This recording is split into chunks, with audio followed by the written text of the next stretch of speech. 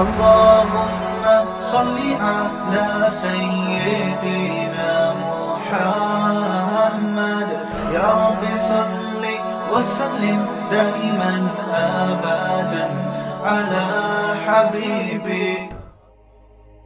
اگر تم مدد نہیں کرو گے تو کوئی بات نہیں ہے. اللہ نے اس وقت محمد صلی اللہ علیہ وسلم کی مدد کی تھی جب ان کو مکہ والوں نے نکال دیا. کوئی پرسان حال نہیں تھا.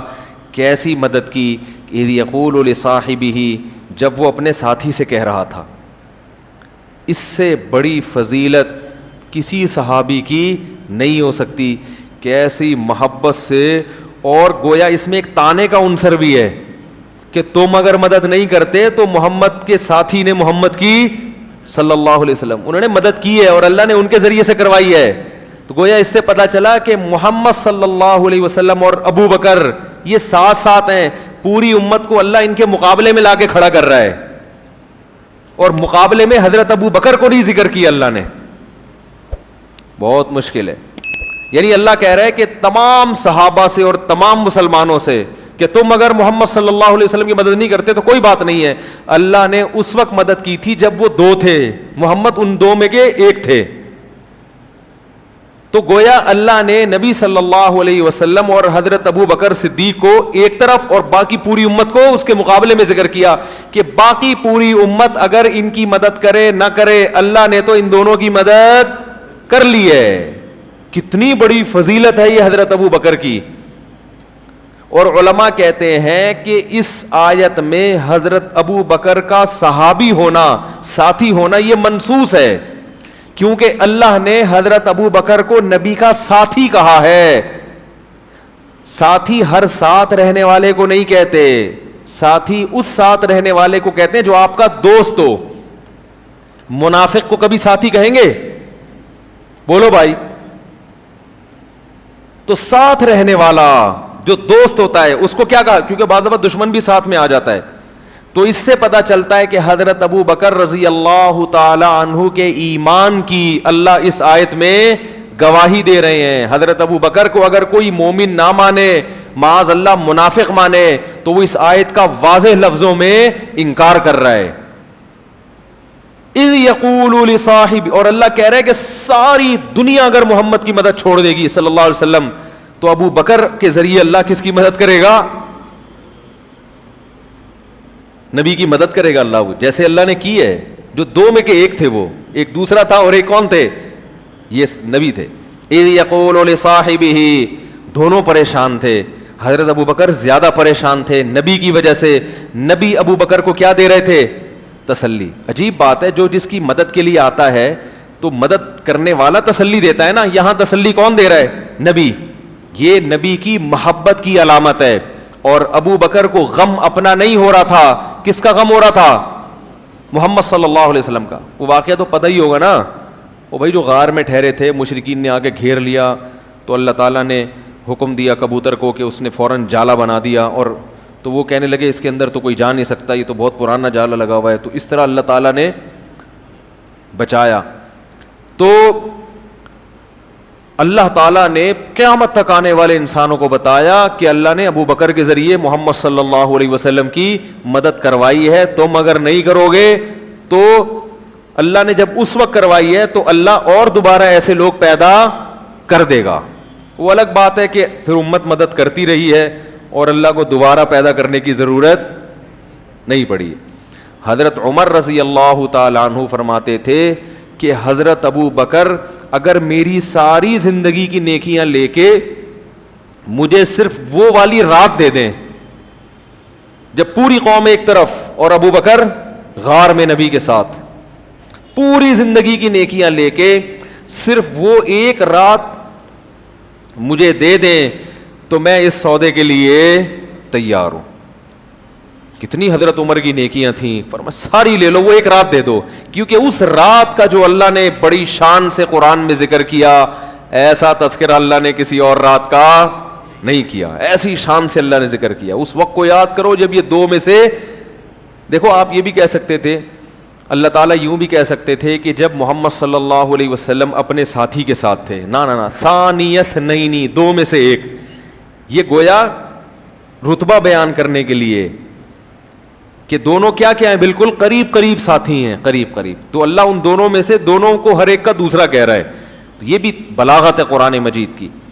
تو اسی وجہ سے علماء امت کا اجماع ہے کہ تمام پیغمبروں کے بعد سب سے بڑا مقام کس کا ہے؟ حضرت ابو بکر رضی اللہ تعالیٰ عنہ کا. بعض لوگ کہتے ہیں بھائی اہل بیت کو فضیلت ہونی چاہیے, نبی کے داماد تھے حضرت علی. ایک صاحب تقریر کر رہے تھے کہ ابو بکر اور عمر نے تو نبی کو اپنی بیٹی دی ہے اور حضرت علی کو نبی نے اپنی بیٹی دی ہے, تو فضیلت کس کی ہوئی؟ بھائی علی, حضرت علی کی فضیلت ہوئی کہ نبی اپنی بیٹی, ان کو بیٹی دینا مشکل کام ہے نا بھائی. بیٹی دینے میں تو 100 دفعہ سوچتا ہے انسان, لینے میں تو کہتا ہے چلو بھائی, وہ تو کہیں بھی شادی کر لیتا ہے, دینا بڑا مسئلہ ہے نا. تو یہاں ایک یہ خوب اچھی طرح سمجھو. تو بعض لوگ اس بنا پر حضرت علی کو باقی صحابہ پر فضیلت دیتے ہیں. یہ خوب اچھی طرح سمجھ لیں ایک مضمون کہ ایک فضیلت ہوتی ہے جس کو فضیلت جزئی کہتے ہیں اور ایک کہلاتی ہے فضیلت کلی. یہ میں کئی دفعہ بیان کر چکا ہوں, نئے نئے لوگ ہیں تو اس مضمون کو میں دوبارہ بیان کرتا ہوں.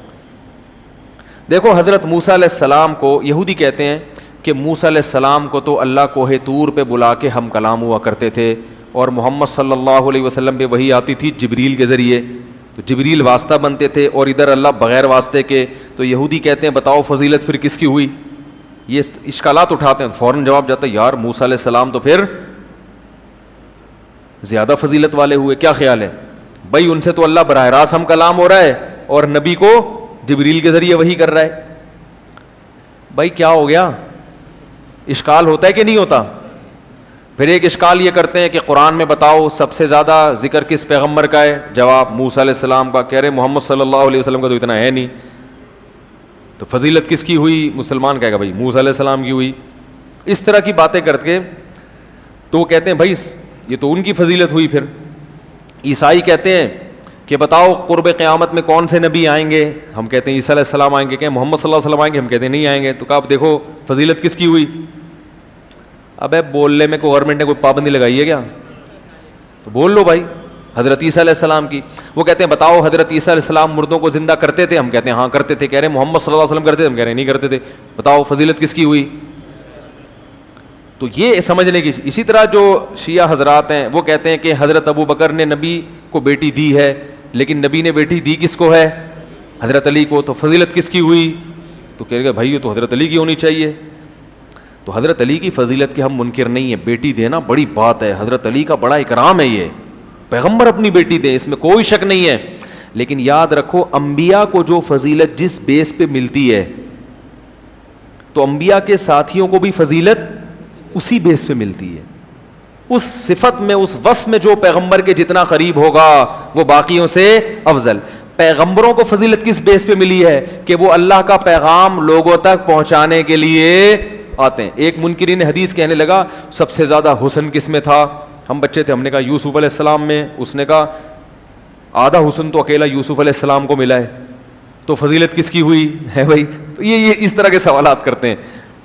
تو داؤد علیہ السلام کے ہاتھ میں لوہا نرم ہو جاتا تھا, کیا محمد صلی اللہ علیہ وسلم کے ہاتھ میں ہوتا تھا؟ ہم نے کہا نہیں. تو کہہ رہے ہیں پھر فضیلت ایسے اشکالات کر کر کے نا وہ کنفیوز کرتے ہیں لوگوں کو.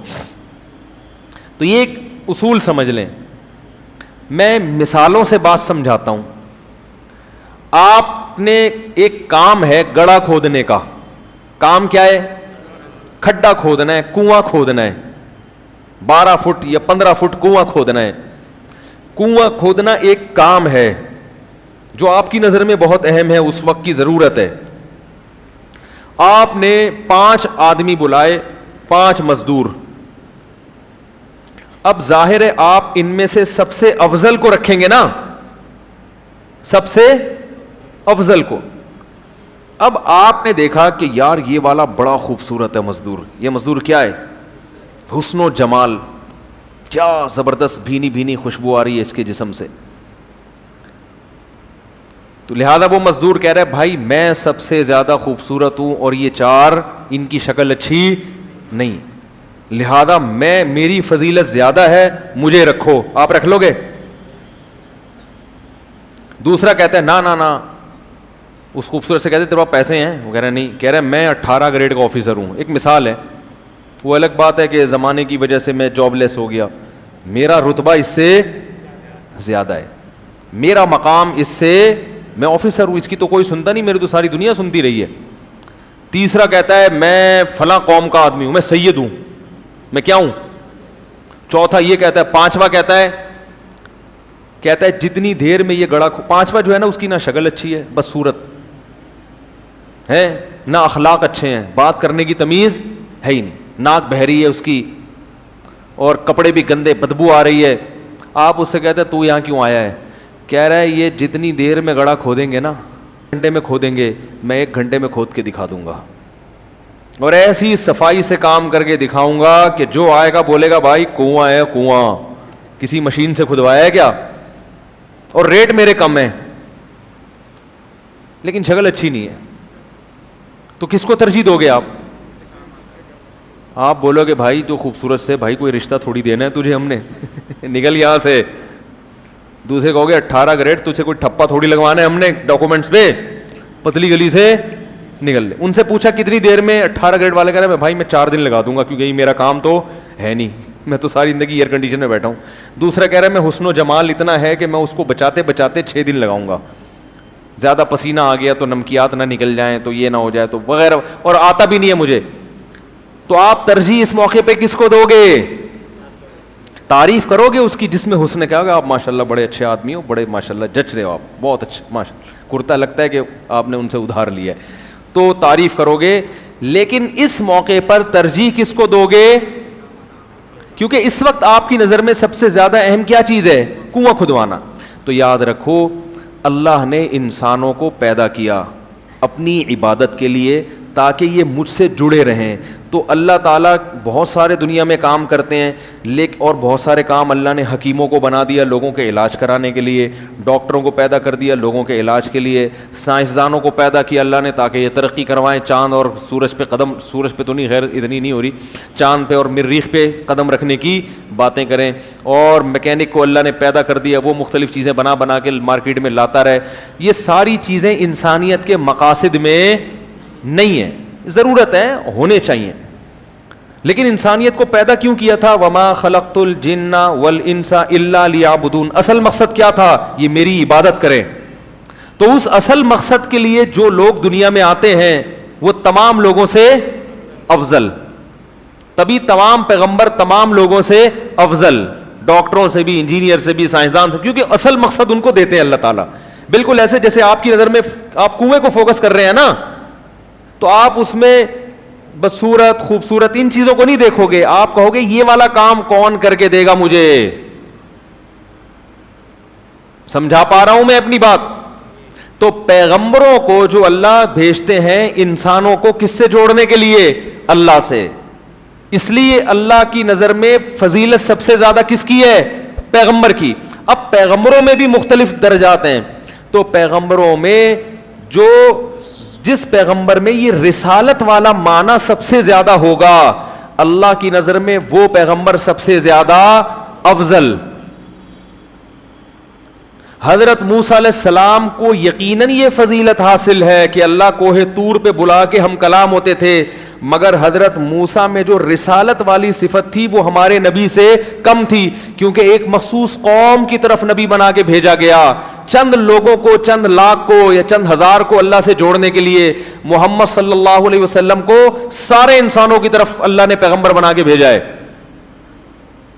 نہیں یار یہ بات, بھائی دیکھو ایک مزدور ہے جس سے ایک کنواں, آپ اس کو کہتے ہو کہ یار اس کو ایک کنواں دے دو, اس سے زیادہ کی صلاحیت نہیں, اور ایک مزدور ہے پورے ملک کا ٹھیکہ آپ اس کو دیتے ہو, تو یقیناً کنواں کھودنے میں یہ دوسرے سے زیادہ ماہر ہے. جبکہ آپ کی نظر میں کنواں کھودنا ایک وقت کی ضرورت ہے, اللہ کی نظر میں لوگوں کو انسانوں سے ملانا. تو اللہ تعالیٰ نے نوح علیہ السلام بھی بھیجے, موسیٰ علیہ السلام بھی, عیسیٰ علیہ السلام بھی, بہت ساری چیزیں دی. حضرت عیسیٰ کو کہا مردے زندہ کرو, حضرت عیسیٰ کو یہ فضیلت, یہ فضیلت, یہ فضیلت, مگر بتا دیا کہ جب محمد صلی اللہ علیہ وسلم دنیا میں آئیں گے آپ کی شریعتیں منسوخ. لو کان موسیٰ حیا لما وسعہ الا اتباعی, موسیٰ کوہ طور پہ جا کے اللہ سے ہم کلام ہوتے ہیں, بڑی فضیلت ہے, مانتا ہوں. گویا نبی بزبان حال یہ کہہ رہے ہیں, ہمارے نبی گویا بزبان حال ہمیں بتا رہے ہیں کہ مانتا ہوں اللہ نے موسیٰ سے بڑی محبت کی ہے, کوہ طور پہ بلا کے ہم کلام ہوئے, لیکن اگر موسیٰ آج زندہ ہو جائیں تو جب تک میری پیروی نہیں کریں گے جنت میں داخل نہیں ہو سکتے. تو پتہ یہ چلا کہ رسالت والا معنی کس میں سب سے زیادہ ہے؟ محمد صلی اللہ علیہ وسلم میں. اس میں کوئی آپ کے برابر نہیں ہے. کس لحاظ سے؟ نمبر ایک, تمام انسانوں کی طرف, عرب عجم کالے گورے, کوئی پیغمبر تمام انسانوں کی طرف نہیں آیا, سارے انسانوں کی طرف. نمبر دو, لاسٹ میں اب آپ کے بعد کوئی دوسرا آ کے آپ کے پیغام کو کینسل نہیں کر سکتا. حضرت عیسیٰ اگر قرب قیامت میں آئیں گے تو محمد صلی اللہ علیہ وسلم کے پیغام کو ہی آگے پہنچانے کے لیے, اپنا نیا پیغام لے کر نہیں آئیں گے. تو یہ جو رسالت والا معنی ہے یہ سب سے زیادہ کس میں ہے؟ محمد صلی اللہ علیہ وسلم میں. اس لیے کلی فضیلت کس کو حاصل ہے؟ محمد صلی اللہ علیہ وسلم کو. جزوی حاصل ہے. کلیم اللہ ہونے میں حضرت موسیٰ افضل ہیں, مردوں کو زندہ کرنے معجزوں کے لحاظ سے حضرت عیسیٰ افضل ہے, لیکن یہ افضیلت ایک جزوی ہے. اصل فضیلت رسالت والی وہ کس کو حاصل ہے؟ محمد صلی اللہ علیہ وسلم کو. اب محمد صلی اللہ علیہ وسلم کے ساتھیوں کی طرف آتے ہیں. اسلام کو سب سے زیادہ سپورٹ کس نے کیا؟ حضرت ابو بکر نے. سب سے زیادہ, سب سے پہلے تصدیق کون کرتا تھا؟ ابو بکر. سب سے پہلے جب نکال دیا تو غار میں کس نے ساتھ دیا؟ ابو بکر نے. ہر چیز میں. آپ کے بعض اہل بیت اس وقت ایمان نہیں لائے تھے, بعد میں لے آئے ایمان, یقیناً اچھی بات ہے. بعض حضرت علی رضی اللہ تعالیٰ عنہ کی عمر بہت کم تھی, یہ فضیلت ہے کہ وہ جلدی ایمان لے کر آئے. لیکن سب سے زیادہ جو نبی نے دوستی لگائی ہے, دوست کے ہونے کے اعتبار سے, اس اعتبار سے کہ یہ میرے ساتھی ہیں, اس مشن میں میرا ساتھ دے رہے ہیں. ایک دوستی تو ویسے ہی ہوتی ہے نا, ایک دوستی مشن والی دوستی. دیکھو آپ کوئی کاروبار شروع کرتے ہو تو کاروبار کو پروموٹ کرنے کے لیے جس سے سب سے زیادہ ہیلپ لیتے ہو تو اس بزنس میں وہ آپ کا سب سے بڑا یار ہوتا ہے. تو رسالت کا کام کرنے میں جس نے سب سے زیادہ نبی کی ہیلپ کی وہ کون تھے؟ ابو بکر. اور اس میں کوئی آپ کا ثانی نہیں بن سکتا. نبی صلی اللہ علیہ وسلم نے کہا, مشرک وہ ابو جہل تھا یا پتہ نہیں ابو لہب تھا, تو وہ آیا نبی کے پاس, حضرت ابو بکر کے پاس, کہنے لگا کہ پتہ ہے تمہارے ساتھی نے کیا دعویٰ کیا ہے کہ وہ آسمانوں پہ گئے ہیں اور اس طرح سے جو ہے نا سیر کر کے آئے ہیں آسمانوں کی, اور رات کے تھوڑے سے حصے میں. اس کا خیال تھا اب تو ابو بکر بھی کہیں گے یار یہ تو کچھ غلط ہو گیا. تو ابو بکر رضی اللہ عنہ نے کہا کہ کیا واقعی انہوں نے یہ دعویٰ کیا ہے؟ اس نے کہا ہاں. وہ تو مذاق اڑا رہا تھا نا. انہوں نے کہا پھر سچ کا ہے. پھر کیا ہے؟ سچ کا ہے. ایسے موقع پہ ایسا ساتھ دینا. صلح حدیبیہ میں کیا ہوا ہے؟ دب کے شرائط قبول کی گئی ہیں نا, یعنی بظاہر دب کے ساری شرطیں مانی گئی ہیں. کس کی؟ اب ایک طرف 1400 صحابہ بیعت ہو رہے ہیں نبی کے ہاتھ پہ کہ ہم موت تک لڑیں گے. منظر بالکل یہ ہے کہ لڑائی والا, جوش میں آ گئے, لیکن جو شرائط طے کی وہ ساری کس کی مانی جا رہی ہیں؟ تو سب ایک طرف ہو گئے. سب کے دل میں ایک وسوسے آنے لگے کہ بھائی ہم تو دین برحق پر ہیں, یہ نبی صلی اللہ علیہ وسلم یہ کیسی شرطیں, یہ تو ہماری ذلت ہے. حضرت عمر بھی جوش میں آئے اور صحابہ بھی. لیکن جب ابو بکر سے پوچھا گیا انہوں نے فرمایا اللہ کے رسول ہیں جو کر رہے ہیں صحیح کر رہے ہیں. تو ہر موقع پہ کس نے ساتھ دیا؟ سب سے زیادہ ساتھ تو سب نے دیا, لیکن سب سے زیادہ کس نے؟ ابو بکر نے. تو ٹھیک ہے حضرت علی یقیناً ہم ان کی خاک کے برابر بھی نہیں, نبی نے اپنی بیٹی دی, مگر یہ جزوی فضیلت ہے کہ نبی کی رشتہ داری ہو جانا, نبی کا نواسا ہونا, نبی کی اولاد میں ہونا, یہ جزوی فضیلت ہے. کلی فضیلت کیا ہے کہ نبی کے مشن میں نبی کا ساتھ سب سے زیادہ کس نے دیا؟ تو یہ فضیلت کس کے حصے میں آئی ہے؟ ابو بکر کے. زندگی میں بھی اور دنیا سے جانے کے بعد بھی. دنیا سے جاتے وقت بھی آپ نے نامزد کس کو کیا کہ ابھی دین کمزور ہے, اس کو طاقت کس کے ذریعے ہوگی؟ ابو بکر کے ذریعے. اور آپ نے فرمایا کہ لوگ ابو بکر کے علاوہ کسی کو قبول لوگ کہیں گے کہ نبی کا جانشین کون ہے نبی کے مشن میں, سب یہ ایک بیک زبان ہو کر کہیں گے ابو بکر کے علاوہ کوئی نہیں ہو سکتا. سمجھ میں آ رہی ہے بات؟ تو نبی کے دنیا سے جانے کے بعد بھی سنبھالا کس نے دیا؟ نبی کے مشن کو کس نے؟ ہمارے نبی کی جو موت تھی وہ اتنا بڑا غم تھا صحابہ کے لیے کہ بہت سے لوگ حواس باختہ ہو گئے تھے. حالانکہ ایسے موقع پہ جذبات نقصان پہنچا دیتے ہیں, موقع مل جاتا ہے. صحابہ مان ہی نہیں رہے تھے کہ آپ کا انتقال ہو گیا ہے. حضرت عمر کتنے مضبوط تلوار لے کے کھڑے ہو گئے اور کہنے لگے من کانا, وہ کیا الفاظ ہیں کہ جس نے بھی یہ دعویٰ کیا کہ نبی کا انتقال ہو گیا ہے, اضرب عنقہ, اس کی گردن اڑا دوں گا میں.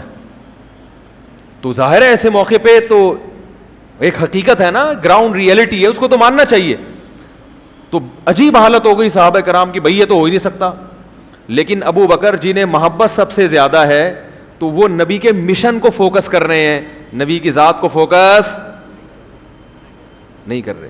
وہ سب کو جمع کیا انہوں نے, مسجد نبی میں خطبہ دیا یا حالانکہ سب سے زیادہ غم کس کو ہو رہا تھا, لیکن جذبات کنٹرول میں کہ نبی کے مشن کو فوکس کرنا ہے. بھائی نبی دنیا سے چلے گا, اب یہ ذمہ داری ہمارے اوپر ہے. یہ بکھر گئے اگر اس طرح کی باتیں شروع کر دیں تو یہ تو نبی کے مشن کو گویا بھول رہے ہیں. نبی کا مشن اللہ کی طرف بلانا تھا. تو کھڑے ہو کر خطبہ دیا, یا ایھا الناس, لوگو من کان منکم یعبد محمدا فإن محمدا قد مات. دیکھو اگر تم میں کوئی محمد صلی اللہ علیہ وسلم کی عبادت کرتا تھا تو تحقیق محمد پر موت واقع ہو چکی ہے صلی اللہ علیہ وسلم. ومن کان منکم یعبد اللہ, اگر اللہ کی عبادت کرتے تھے فإنہ حی لا یموت, وہ آج بھی زندہ ہے, اس پر کبھی موت واقع نہیں ہوگی. تو کیا ایسے موقع پہ ساتھیوں کو سنبھالنا یہ سب سے بڑی ذمہ داری ہوتی ہے. آپ صلی اللہ علیہ وسلم کتنا خوش ہوئے ہوں گے جب آپ کو پتہ چلا ہوگا میرے دنیا سے جانے کے بعد اس قوم کو سنبھالا کس نے ہے؟ ابو بکر نے سنبھالا ہے. کتنا خوش ہوں گے آپ. اور مصلی پہ کھڑا کس کو کیا نبی نے؟ ابو بکر کو. جب آخر میں بیمار ہو گئے تو کس کو مصلی پہ کھڑا کر رہے ہیں؟ حضرت عائشہ فرما رہی ہیں یا رسول اللہ میرے والد ابو بکر کمزور دل آدمی ہیں, وہ آپ کی غیر موجودگی میں آپ کے مصلی پہ کھڑا ہونا برداشت نہیں کر سکتے. وہ تو برداشت ہی نہیں کر پائیں گے کہ یہ مصلی کس کا تھا؟ نبی کا. کسی اور کو کہہ دیں, عمر کو کہہ دیں وہ مضبوط دل ہے, فلاں کو کہہ دیں, فلاں کو کہہ دیں. نبی نے اپنے داماد کو بھی نہیں کہا ایسے موقع پہ. یقیناً بہت بڑی فضیلت ہے, مگر نبی کیا کہہ رہے ہیں؟ اِنَّكُنَّا لَأَنْتُنَّ صَوَاحِبُ یوسف, تم اسی طرح ہو جیسے یوسف علیہ السلام کو عورتیں ورغلا رہی تھیں, بحث کر رہی تھیں, تم بھی میرے ساتھ کیا کر رہی ہو؟ یعنی تنگ نہیں کرو مجھے, اس میں بیمار ہوں, میں پہلے ہی پریشان ہوں, اور تم مجھے تنگ کر کر کے بار بار کہہ رہی ہو کہ ابو بکر نہیں کوئی اور. جب یہ ڈانٹ پلائی ہے نا نبی نے, پھر انہوں نے کہا نہیں بھائی کون کھڑا ہوگا مصلی پہ.